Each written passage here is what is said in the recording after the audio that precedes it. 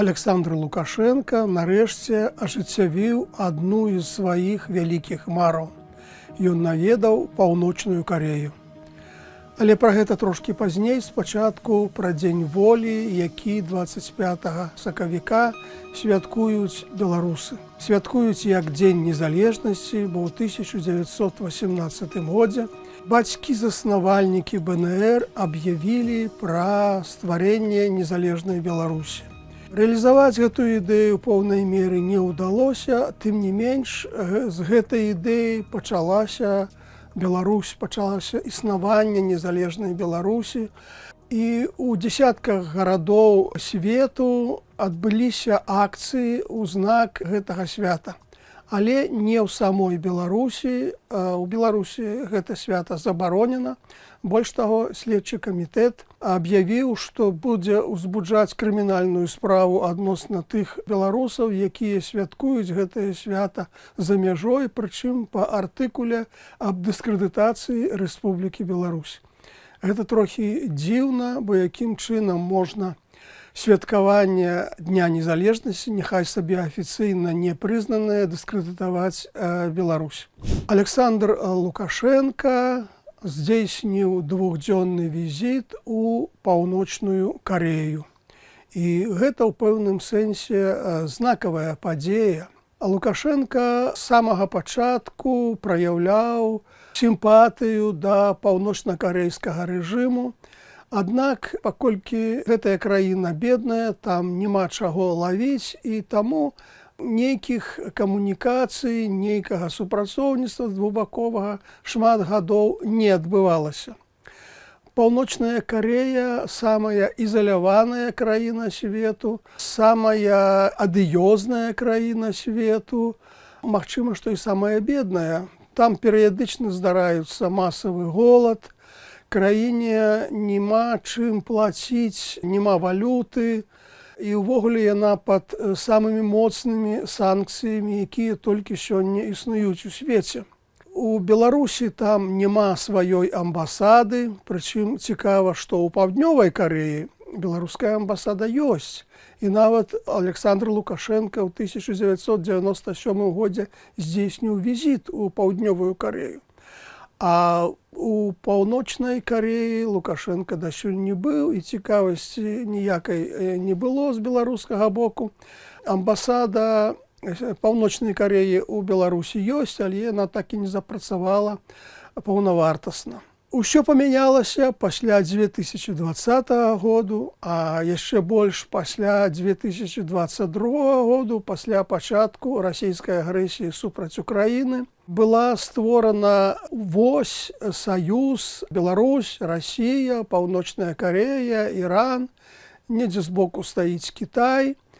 І ў гэтых умовах пачалася інтэнсіўная камунікацыя паміж Пхеньянам і афіцыйным Менскам. Паўночна-карейскую сталіцу наведаў спачатку намеснік міністра замежных спраў Беларусі, потым сам міністр замежных спраў Рыжанкоў, потым віцэ-прэм'ер Шулейка.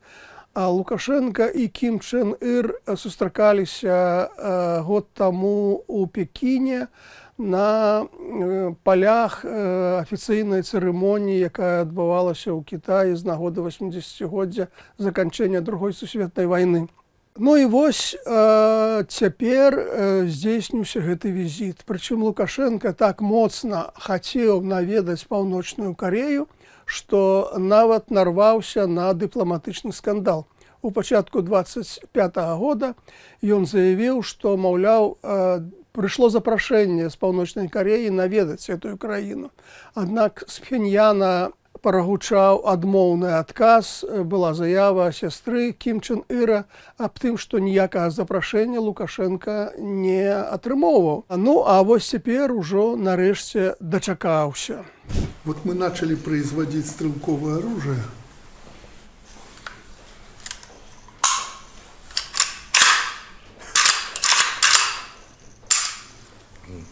Все правильно. 다 정확히 하셨습니다. Оружием владеет Ким Чен Ын. 무기를 잘 다루신다는 것이 아닙니다. 감사합니다. благодарю вас. На всякий случай, если враги появятся, 혹시 족들이 충고명하면 이용하실 수 있을 것입니다. А які практычны сэнс гэтага візіту уявіць цяжка, бо гандля паміж краінамі амаль няма. Па тых сціплых статыстычных дадзеных гандаль складае дзесь паўмільёна, мільён даляраў за год. Гэта такія некія зусім выпадковыя разавыя пастаўкі, як пастаўкі мяса мінулым годам.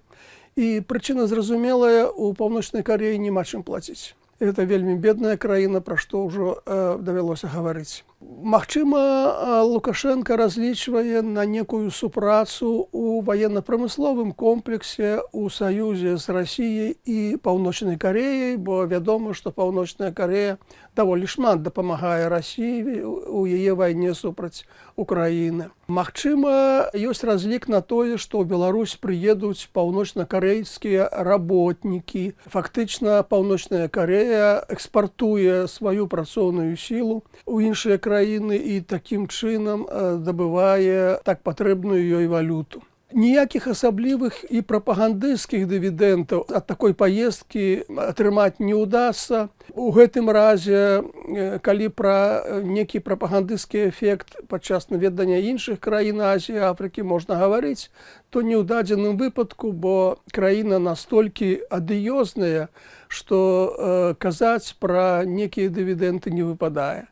Вы знаете, я вам по-дружески могу сказать, как человек, уже увидевший все в этом мире, вашу страну ждет великое будущее. Тады ў чым жа сэнс гэтай паездкі? Я думаю, што сэнс трэба шукаць у некім псіхалагічным, ментальным плане. Справа ў тым, што Лукашенко прыехаў у краіну, якая з яго гледзяча мае ідэальны палітычны лад.